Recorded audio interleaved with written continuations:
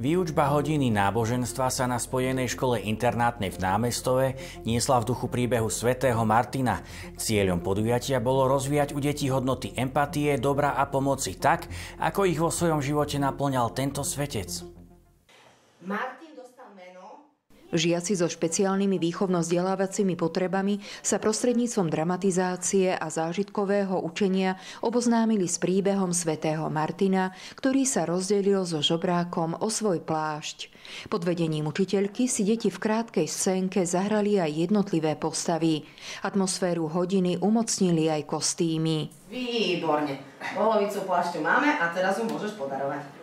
Máme sviatok svätého Martina, je to pre nás dôležité, je teda patronom spišskej diecézy, preto sme si ho vybrali, ale aj preto, lebo nám dáva také posolstvo o štedrosti, o pomoci a to je to, čo som teda chcela deťom predložiť. Naše deti potrebujú mať zážitok, potrebujú mať emóciu, potrebujú si ten príbeh prežiť, takže je preto pre nich dôležité vyskúšať si to ako keby na vlastnej koži práve cez ten divadelný príbeh. Po scénke nasledovali tvorivé a zábavné aktivity.